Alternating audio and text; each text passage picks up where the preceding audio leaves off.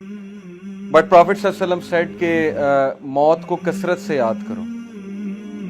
उसकी वजह यह है कि इंसान जब मौत को भूल जाता है, जो कि एक बहुत बड़ी हकीकत है, एक अटल हकीकत है, सब मानते हैं, इवन कोई एथियस्ट भी हो वो भी ये मानता है कि वी हैव टू डाई।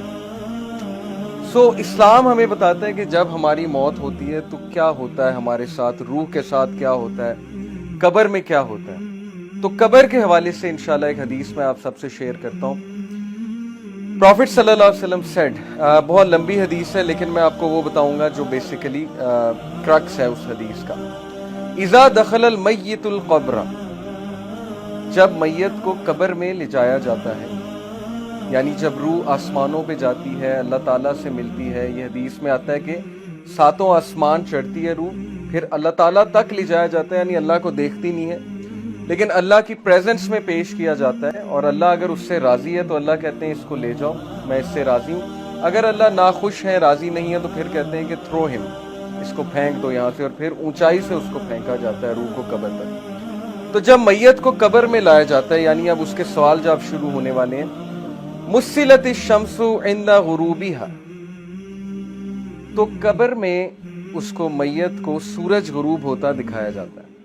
जैसे असर के टाइम पे नहीं आपने देखा, सूरज जब गुरूब हो रहा होता है एकदम ख्याल आता है कि नमाज पढ़नी है।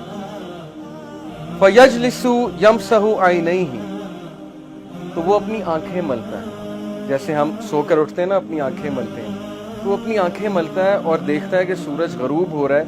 वयक़ूल, तो वो कहता है दाऊनी उसल्ली, कि मुझे नमाज पढ़ने दो, असर का वक्त जा रहा है, मुझे नमाज पढ़ने दो।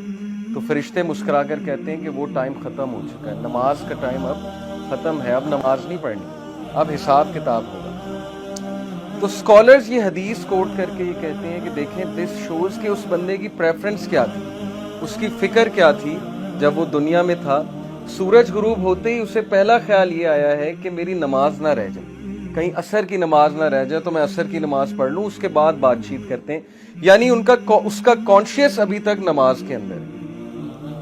और ये चीज़ बहुत से मेडिकल डॉक्टर्स बताते हैं। मैं एक लेक्चर सुन रहा था एक स्कॉलर का, उन्होंने बड़ी ज़बरदस्त बात की। उन्होंने कहा कि मैंने बहुत से डॉक्टर्स को लेक्चर्स दिए हैं, डॉक्टर्स मेरी महफिल में आते हैं, तो डॉक्टर्स ने मुझे खुद बताया है कि जो लास्ट कॉन्शियसनेस में बंदे की चीज़ होती है ना, जो उसने सबसे ज़्यादा दुनिया में की होती है, डेथ के टाइम पे वही चीज़ निकलती है। और वल्लाही उसने खुद